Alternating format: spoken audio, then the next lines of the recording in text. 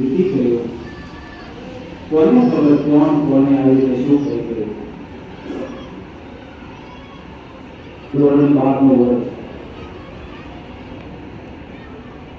કારકિર્દી બનાવવાનું છે, શૈક્ષણિક માર્ગે આગળ વધવાનું છે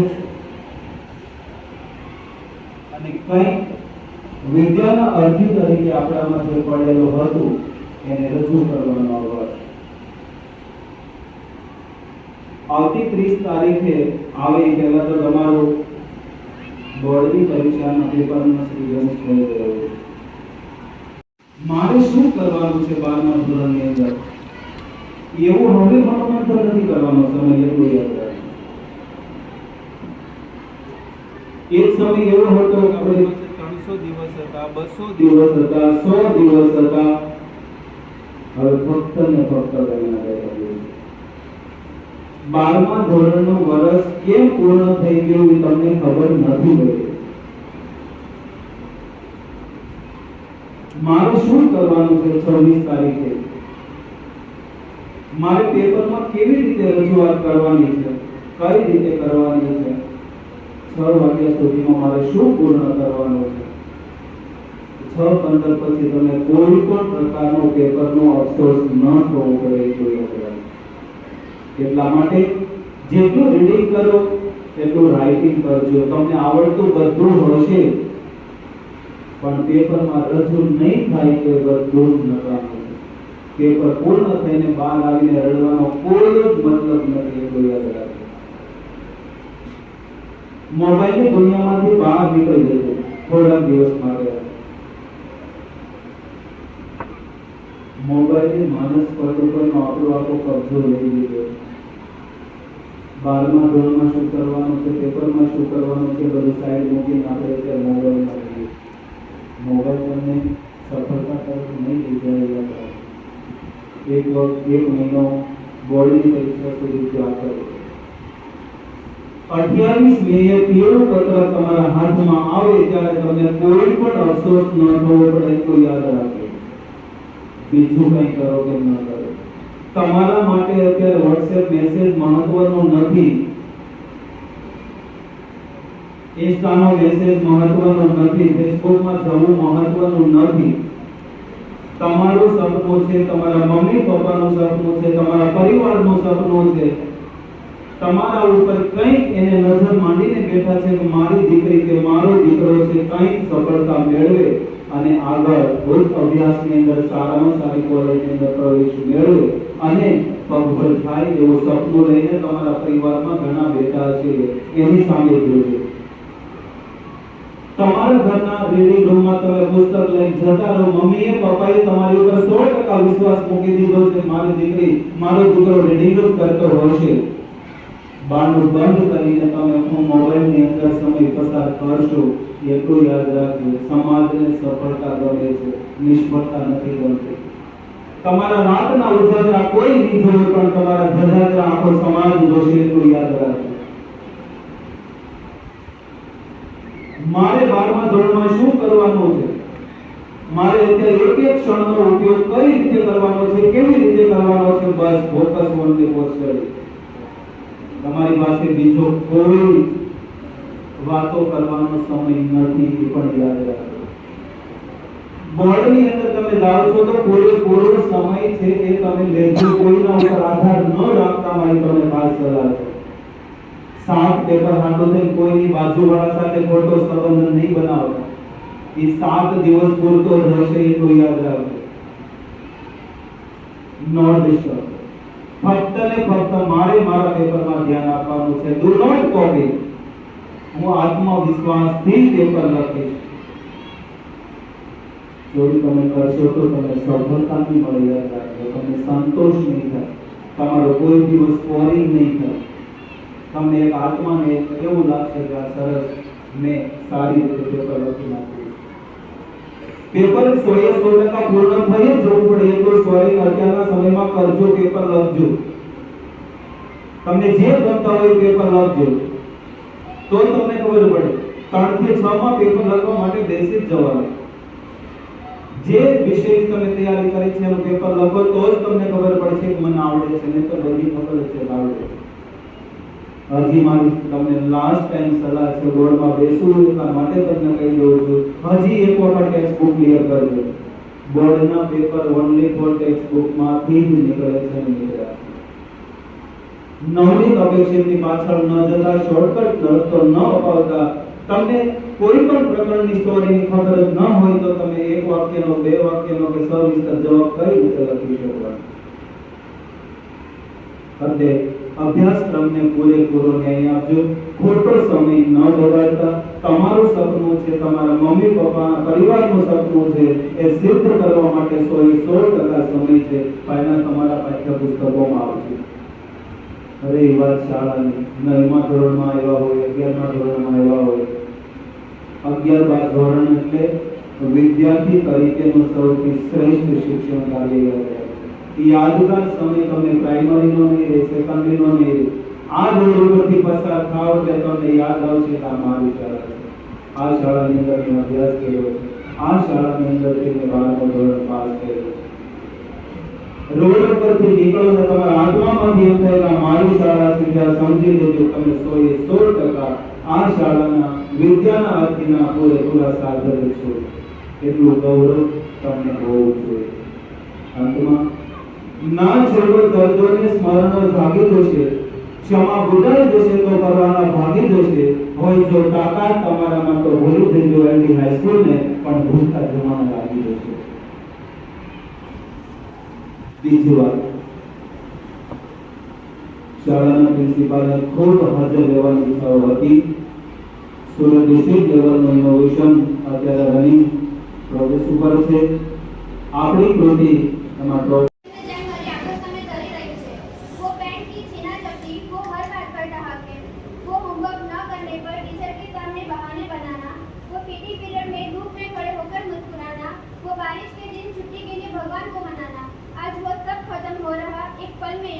याद बहुत आएगा दोस्तों के साथ वो मुस्कुराना.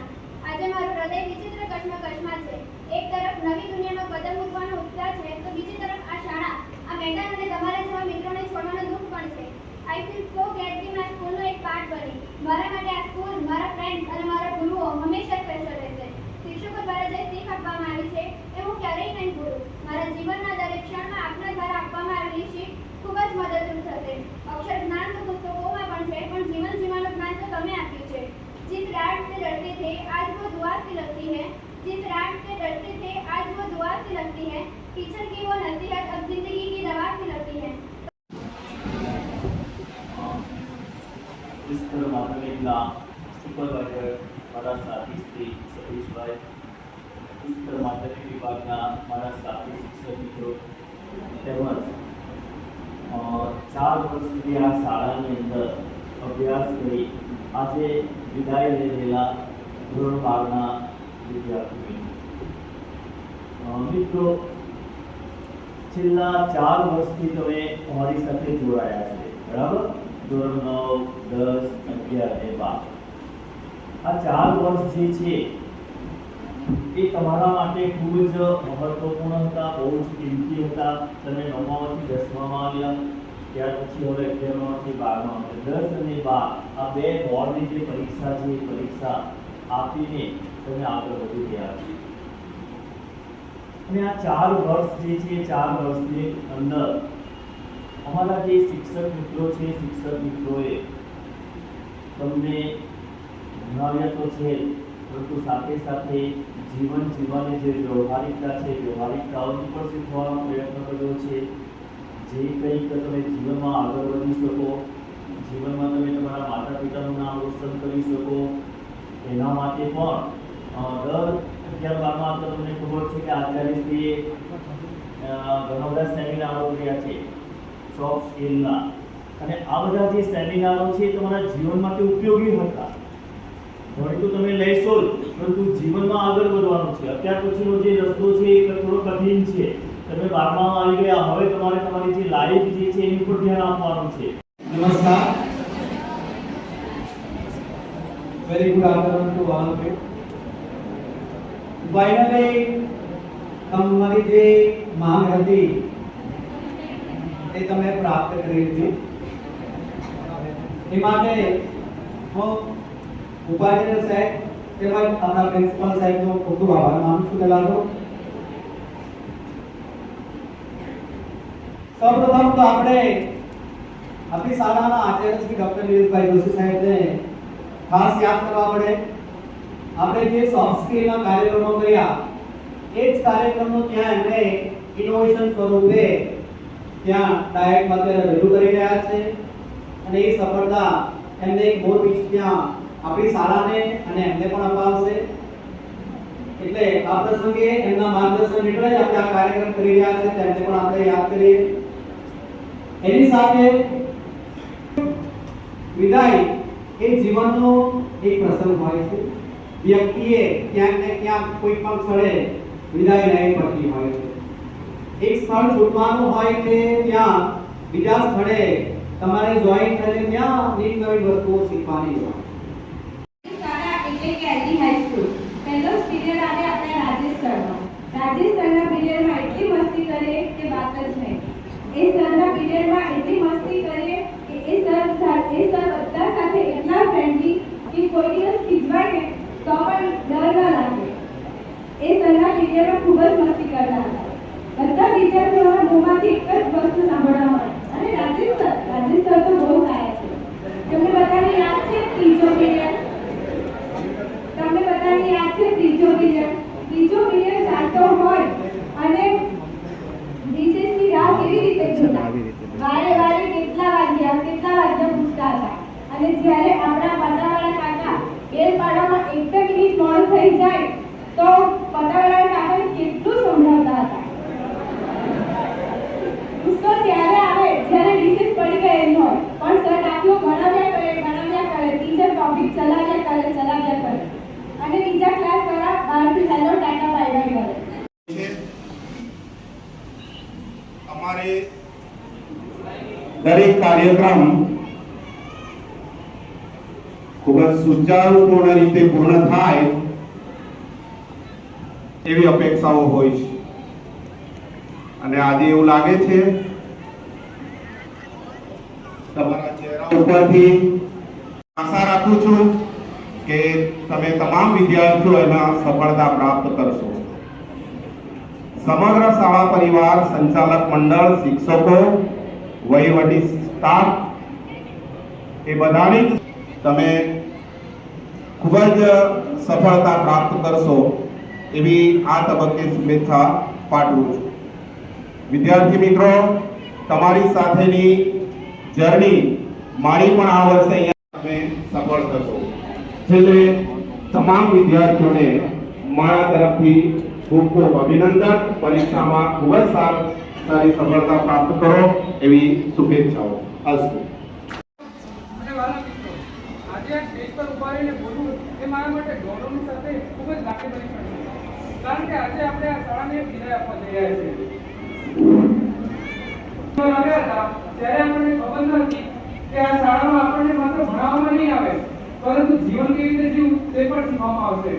આ શાળાએ આપણને સપના જોતા શીખવ્યા, ભૂલો કરીને શીખવા શીખવ્યું, તેમજ સૌથી મહત્વની વાત ક્યારે હાર ન માનવાની હિંમત આપી. આ શાળા દ્વારા યોજાયેલ અનેક સોફ્ટ સ્કિલના કાર્યક્રમો દ્વારા આપણને અનેક અવનવી સ્કિલો શીખવવામાં આવી જે આપણા જીવનમાં ખૂબ જ મદદ કરશે.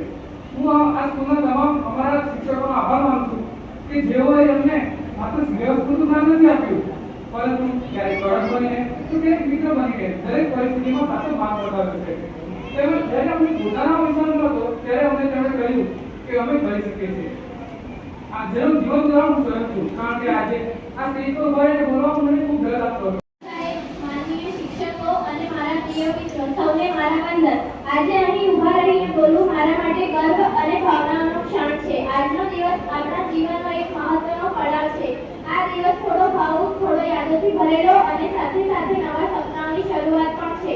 આ ક્ષણ આનંદ અને દુઃખ બંને ભાવનાઓથી ભરેલી છે. આનંદ એ માટે કે જીવનના એક મહત્વપૂર્ણ તબક્કા સુધી પહોંચ્યા છીએ અને દુઃખ એ માટે કે આજે આપણે પોતાની શાળા, શિક્ષકો અને મિત્રોને અલવિદા કહેવાનું છે. શાળાના આંગણે વિતાવેલા વર્ષો આજે યાદોની કોટડી બની ગયા છે. શબ્દ વિદાય નાનો છે પણ તેમાં ભાવનાઓનો દરિયો છલકાય છે. મળ્યા હતા રસ્તામાં, હવે રસ્તા બદલાય છે. મળ્યા હતા રસ્તા અજમાય છે. યાદોની કોટડી સાથે જીવ થોડું ભરી જાય છે. આ સંસ્થા માત્ર એક ઇમારત નહોતું, એ આપણું બીજું ઘર હતું. આ શાળા ભણવાની સાથે સાથે સંસ્કાર, શિસ્ત અને જીવનના પાઠ શીખવવાનું મંદિર હતું. આજે 12મા ધોરણના ભવ્ય વિદાય સમારંભમાં આપ સૌ ભેગા થયા છો. ગઈકાલથી વિનોદમાં આવવાની તમારી જે અભિલાષા હતી એ સાંજ કરતા સુધીમાં અને સવારે મેં મેસેજ જોયો ત્યારે મને પણ નવાઈ લાગી કે તમારી જે અભિલાષા હતી એ ખરેખર પૂર્ણ થઈ છે અને તમારે જે પ્રકારના વસ્ત્ર પરિધાનમાં આવવું હતું એ વસ્ત્ર પરિધાનમાં તમે અત્યારે હાજર છો. કઈ કહેવા માંગુ છું કે તમે બસ સાથેથી સાંભળીને મળ્યા. શિક્ષક એ મહેનતી જેવા હોય છે. શિક્ષક એ મહેનતી જેવા હોય છે જે ખુદને બાળીને વિદ્યાર્થીઓનું જીવન રોશન કરે છે. શિક્ષક એ મહેનતી જેવા હોય છે. શિક્ષક એ મહેનતી જેવા હોય છે જે પોતાનું જીવન બાળીને વિદ્યાર્થીઓનું જીવન રોશન કરતા હોય છે. આજે એવા શિક્ષક વિશે હું કંઈ બોલવા માંગુ છું. સૌથી પહેલા આપણા રાજેશ મહારાજ વિશે કંઈ બોલો. જેમનો શાંત સ્વભાવ એ આખી સ્કૂલને હસાવતો હોય છે. જેમનો પીરિયડ શરૂ થતાથી બધાને ઊંઘ આવે છે કે આ શબ્દ ભાઈ કહેશે નહીં.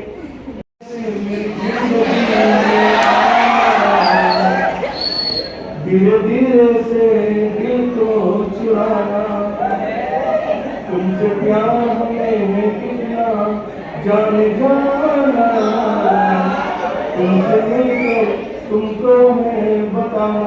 Thank you. जलते हैं आप दिए की तरह, कि जलते हैं आप दिए की तरह और रोशन हमें कर जाते हैं. ત્યારબાદ સુપરવાઇઝર શ્રી સતીશ સર તેમજ જયેશ સરને હું વિનંતી કરીશ કે કેક કટિંગ માટે ઉપસ્થિત.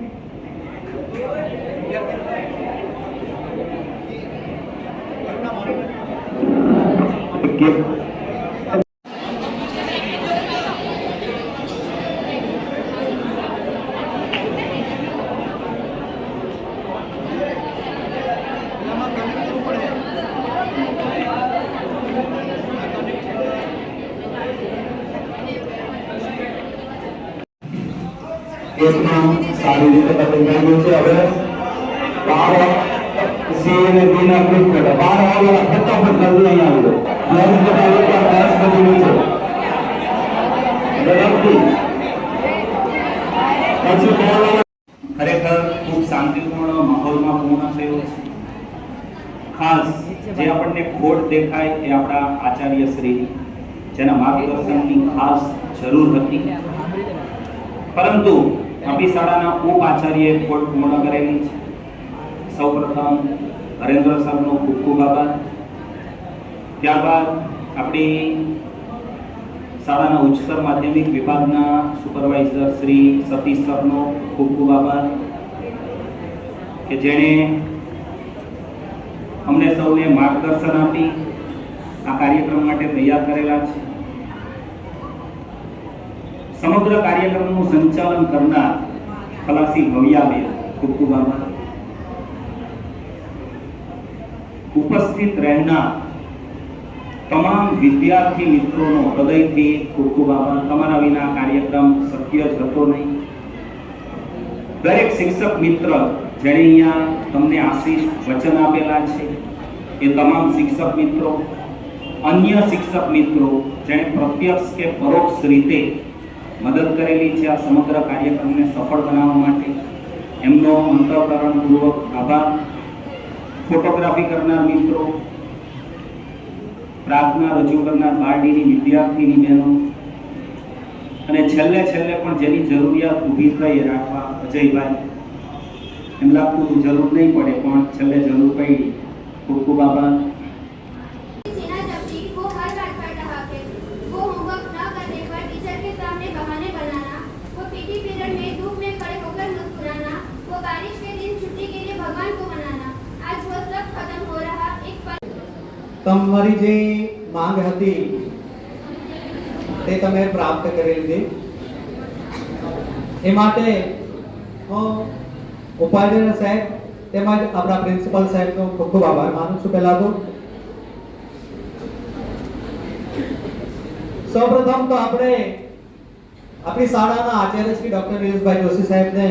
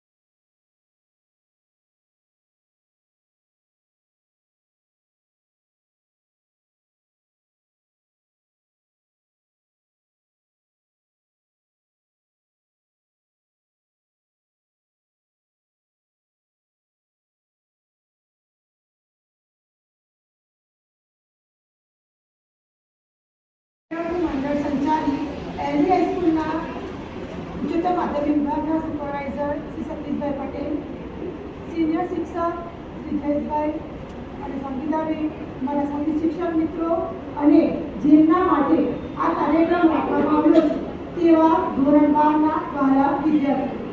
જેવી રીતે સુખ અને દુઃખ એક સિક્કાની બે બાજુ છે, એ જ રીતે વસંત અને પાનખર, તડકો અને છાંયડો, એ જ રીતે પ્રવેશ અને વિદાય જીવનનો એક ભાગ છે.